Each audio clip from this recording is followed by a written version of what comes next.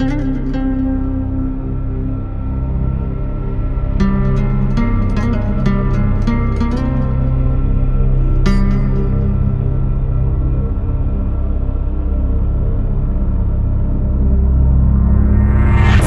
mapagpalang araw mga kalingap mga kababayan, ano, at nandito tayo muli sa mga masukal na lugar, ano.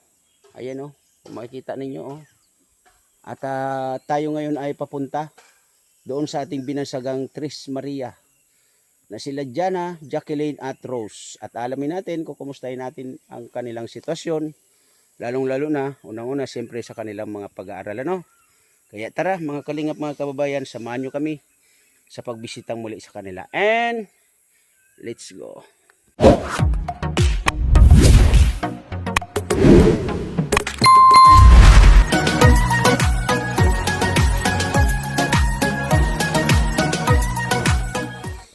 Ito yung daan papunta sa kanila, no? Ayan.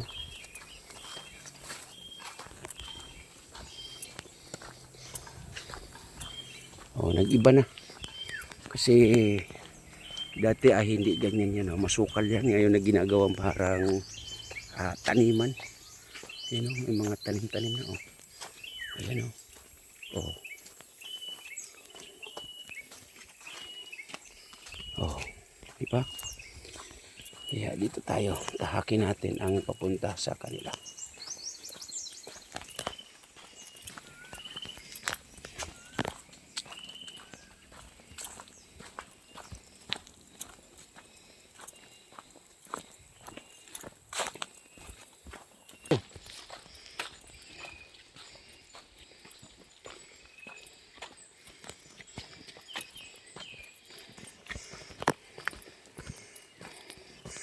Oh! Saan kayo pupunta? Maglalaba tayo. Ha? Maglalaba. Maglalaba kayo? Nako. Asan si ano? Si Jana? Kasi ay magandami tayo. Wala pa dito? Okay. So ito po mga kalingap mga kababayan, ano? Maglalaba daw yung ating Tres Maria.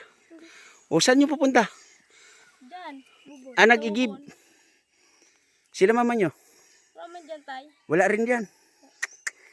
Ano ba yan? Nasa kuprahan. Oh. Wala tayong magawa, no? Kasi nagkahiwa-hiwalay pala yung tatlo. Yung si Jana ay wala dito, nandun pa sa kabilang barangay. Pero tuloy tayo. Dito na yung papunta sa kanila. Oh. Ayun, oh. At yung si Jacqueline ay nagpasa ng tubig. Hindi ko na masundan.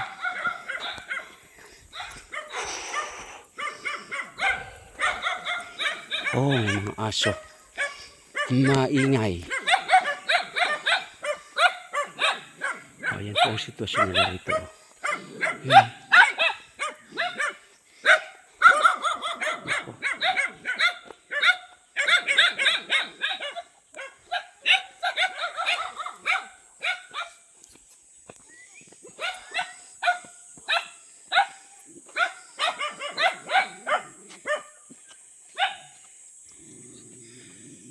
Paano mapuntahan si ano mo? Ate mo? Paano mapuntahan si ate mo? Kailan ang uwi nun? Oh, may karni silang ginagawa na? May ginagawa pa rin po kasi siya. Ano daw? May ginagawa pa po kasi siya.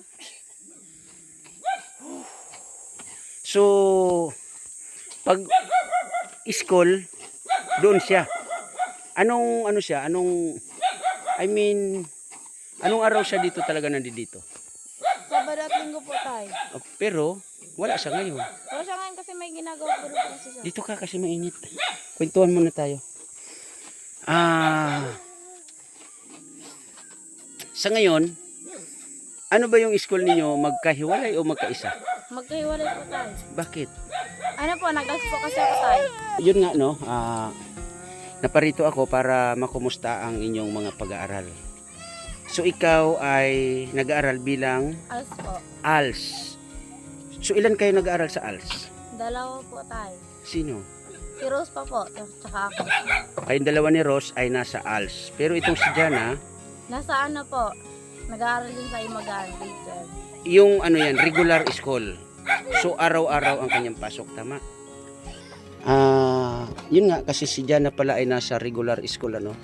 At kayong dalawa ni Rose ay nasa ALS. Ano yan, yung ALS ninyo na sinasabi, pagtapos nyo ngayong taon, tapos na rin ba kayo ng grade 12? Ganon? Hindi po, parang completers lang po kami. Ano yun? Completers. Yung parang nakatapos lang kami ng grade 10, ganun. Okay. And then, papasok pa rin kayo ng grade 11 And grade 12 po. and grade 12. Oh. So, ibig sabihin pala nito ay parang nasa regular school din pala kayo. So, anong pagkakaiba ng ALS tsaka ng regular school? Ang regular po kasi araw-araw pumapasok. Tsaka yung ALS po, 3 araw lang sa isang linggo. Okay. So, mas maiksi ang araw sa ALS. Nga lang, siguro kasi may pagkakaiba nga ang subject dito or ang ano bang tawag noon, yung mga subject nga, di ba? Mas maiksi kaysa doon sa regular school, tama? So may kulang pa rin. Opo, may kulang pa rin po. Sa papaano yan? Tinutugunan po ng module. May module din. Okay. So module, ibig sabihin, may inaaral din kayo nang nasa bahay lang kayo. Okay. Self-learning po. Ano tawag? Self-learning. Self-learning. Okay. Sige. So, ganun pala.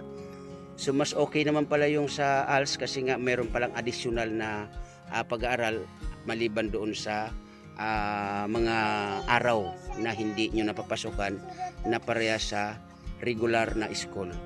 So, ngayon, si Ate Mujana ay kasalukuyan wala dito.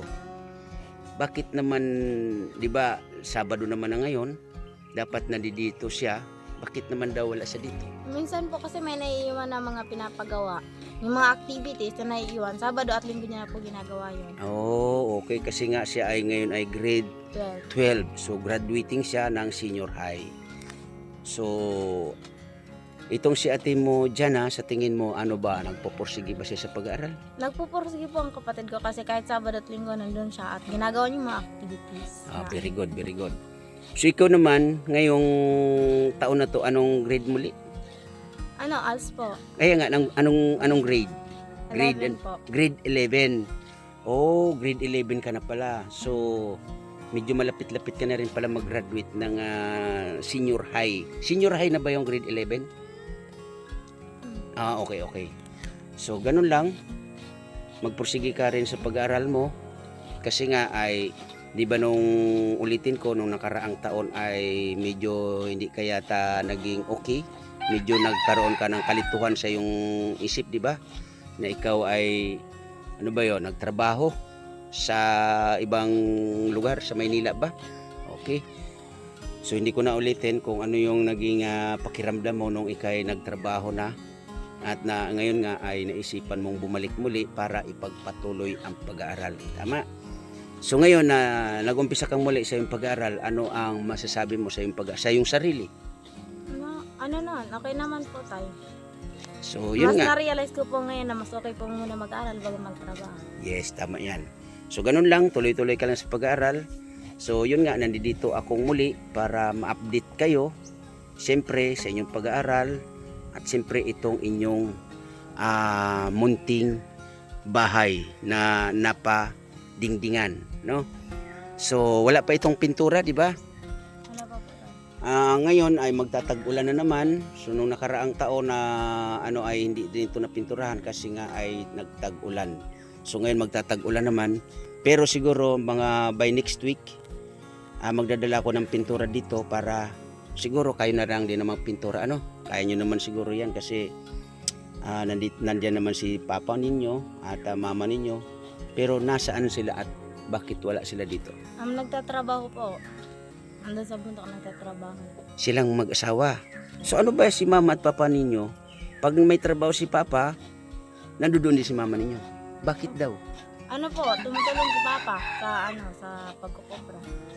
Nagiging siya ang nagiging kaagapay ni papa ninyo, yung inyong mama.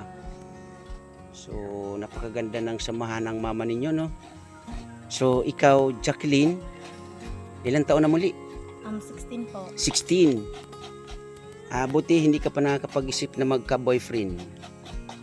Mag-aaral po muna. Very good yan, very good, very good. Yun ang dapat mo unahin, ang iyong pag-aaral. Siguro mamaya, kung ano, dadaanan ko si ate mo dyan, doon saan ba siya ngayon sa Imagaan? Doon po sa kapatid namin. Kay ano ba Kaya pangalan nun? Jambi po. Jambi. So dadaanan ko mamaya para makita ko yung or makunan ko rin ng konting kwento about sa kanyang pag-aaral. Sana maabutan ko siya doon. So ikot tayo Jacqueline sa inyong bahay para may pakita sa mga manonood na ganito yung nagawa dito sa bahay na to nila. Jacqueline, Jana at Rose. So si Rose nasaan nga pala yon? Anong gagawin nun? Ano po, naglalaba po tayo. Oo, maglalaba. So ito po mga kalingap, mga kaibigan Ate Dirolan. Ito po ay papipinturahan Papipinturahan ko po to. Ayan para magandang tingnan. So ano to, Jacqueline? Ito ano to? Ano po? Ito. Po tayo. Langka gagawing litson. Higalayin po tayo. Ano ang sahog niyan? Tapas po. Ano yung tapos na yung sinasabi? Yung ano ba tawag? Isda. Okay. So yan po At si Kuya ay nagkakayod ng nyug. Kuya, okay ka lang ba dyan? Oo. Ilang taon ka na, Kuya? 12. 12. Nag-aaral ka, Kuya? Po. Anong grade? Po. May girlfriend ka na? Wala pa? So ito po mga kalingap, mga kababayan, ang sitwasyon ng ating Tres Maria dito Ayan bago yung kanilang lababo. Galit yung kanilang aso. Ito yung kanilang munting lababo. So wala kayong dito, yung anong tawag nun, tubig. Wala po, malayo po tayo. Yung anong tawag nun, nawasa, wala kayo dito. Okay. Nasa baba pa po kasi tayo. Ganon. So buti may kuryente kayo dito. Meron naman po tayo. Very good, very good. So ito po yung kanilang munting kusina Ayan di ba? Ganito lang yung sitwasyon nila rito. Yung kanilang kusina ay napaka-simple. At ganyan yung sitwasyon, So, siyempre, gusto ko pong maipakita sa inyo ang sitwasyon nila. Baka kasi isipin po ninyo na sila ay mayaman. Mayaman ba kayo o mahirap? Hindi po, mahirap po kami tayo. Ilan nga kayo magkakapatid uli? 11 po tayo. 11. Ang dami. So, ilan na yung may asawa? 5? Ano sila? Mga lalaki, mga babae? Ay, 4 lang po. Lang naman Apat. tayo. Ano sila? Mga lalaki, babae? May babae po, tsaka may lalaki. 3 babae po, tsaka 1 lalaki. 3 babae ang may asawa na, tsaka 1 lalaki na may asawa na. So, ilan nga kayong mga kakapatid na babae? 8 po. Ang dami. So, 3 lang ang lalaki. Yun, Pangalawa po sa lalaki. pangalawa sa lalaki. Tapos, may maliit pa dyan. Opo, yung bunso namin po. Lalaki rin. Ganon. So, ibig sabihin, ang isang lalaki na medyo may edad na ay may pamilya na rin. Tama? Ganon.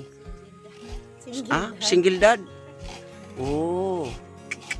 Nasaan siya ngayon? Nagtatrabaho po sa Cavite. Wala din siya dito sa Bicol, okay. So, may anak na rin ba yun? Wala po. Kaalis nga lang po ng isang araw eh. Hindi, I mean, di ba, sabi single dad. Sabi ni ate mo single dad. So, ibig sabihin, may anak. Wala Ilan? po, 2. Nasa naman yung anak nila? Ibig sabihin, nandito rin sa inyo. Nandun po yung isa. Kaya nga, ibig sabihin, nandito rin. Kayo rin ang nag-aalaga. Apo. So, ang dami ninyo dito. Ay, grabe. Mga kalingap, mga kaibigan, yan ang sitwasyon nila rito. Kaya muli, Ate Dirolan, ito po ay papipinturahan natin. Papipinturahan ko po ito. Siguro, Jacqueline, sa next week ay baka maghatid ako dito ng pintura na sana ay buo kayo. So mamaya bago kami umuwi, total alam ko naman yung yung pinagkukunan ninyo ng tubig. Doon din ba kayo kumuha ng tubig dito na ginagamit doon sa pinapaliguan at pinaglalabahan ninyo? So yung ang inumin ninyo saan kinukuha? Doon din po. Doon din. Grabe. So medyo malayo yun mga kalingap, mga kaibigan, pero ganun pa man Ganun talaga ang buhay. Sila po ay nagtsatsaga. So, ito nga, ano? Si kuya ay nagkakayod ng niyog. Grabe, no? Ito po ang loob. Kung makikita ninyo, mga kalingap, mga kaibigan. Ito ang loob. Di ba? Wala pa siyang flooring. So, anong araw kayo dito, Jacqueline, nagkakasama-sama? Hoy, si ate. Hello, ate. Ano pangalan ni ate? Joy. Kapatid ka rin nila Jana? Pero may asawa na. Okay. So, anong araw kayo nagkakasama-sama dito? Pag ano po, Sabado at Linggo. Sabado at Linggo. Pero ngayon nga ay kulang pa rin kayo. Wala si mama. Kasi may ginagawa daw si Jana. Si mama at si papa. Nasa trabaho naman. So, ang asawa mo ate, saan naman? Nasa Maynila po. Ay, grabe, nasa Maynila. Ilan ang anak ninyo? Dalawa po. Dalawa. Grabe. Oy, ang ganda ni Bibi, oh. Hello, Bibi. Hello, ang cute ni Bibi, oh. Anak mo to, ate? Ang cute niya, oh. Hello. Ilan taon ikaw, Bibi? 2 years old pa lang. Ang cute niya, oh. Di ba? Wala na akong magawa kundi nakikita ko ang mga dapat kong makita. Oy, boy. Hello. Ito yung kapatid ninyo na bunso na sinasabi. Ito. Hello, baby. Di ba ang cute niya, oh. Nagtago na. Nagtago tuloy. So, ganun lang, Jacqueline. Yun nga, ulitin ko, update ko ito sa inyo, no? Muli, lagi kong sinasabi sa inyo na patuloy kayo sa pag-aaral, ha? Nandiyan naman si Papa at Mama ninyo. Kami naman, lalo ako bilang isang small charity vlogger lang na kayo nga ay natagpuan ko rin, no? Kunting tulong siguro yung kaya ko. Ganun lang sa inyong pag-aaral, lalong-lalo na pag may mga pangailangan kayo na alam nyo naman na kaya ko, huwag kayong magdalawang isip na magpasabi or magsabi sa akin, ha. Tutulungan ko kayo kahit paano. Sa ngayon, siguro yung sa bigas naman ay medyo kaya naman ni Papa at Mama ninyo, di ba? Kasi may trabaho naman. So, ang pabigas naman natin ay siguro sa iba naman natin ibibigay yung mga walang-wala talaga, no? Pero sa inyo, sa Tres Maria, Jana, Jacqueline at Rose, muli, sabi ko nga, huwag kayong magdadalawang isip na ipagpatuloy ang inyong mga pangarap. Kasi ikaw, ano yung pangarap muli? Maging abogada po. Maging abogada. Bagay na bagay ka maging abogada kasi nga antaray ng pagmukha mo. Pero alam ko na ikaw ay may mabait na puso. Tama? So muli, tuloy lang sa pag-aaral, huwag maging sagabal ang kahirapan.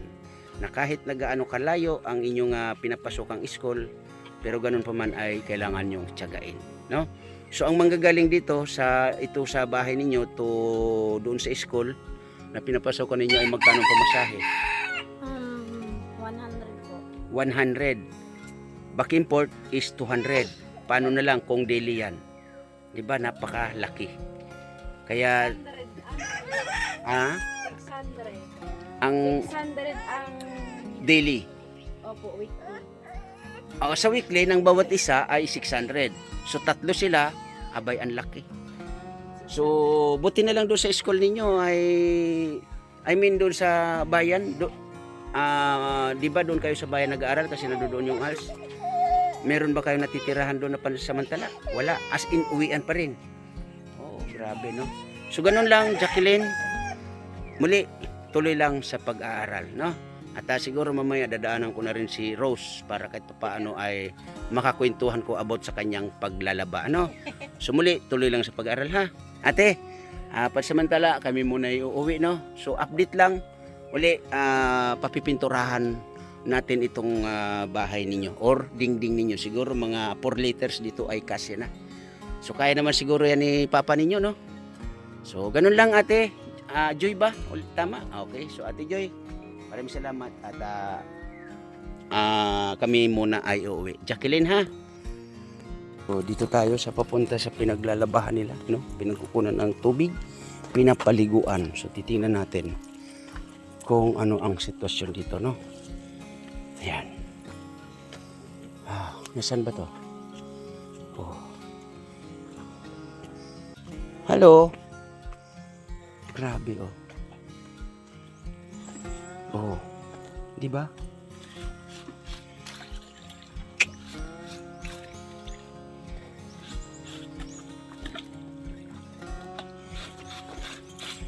Kamusta dito, Rose? Ayos lang, Tay. Ha? Ayos lang.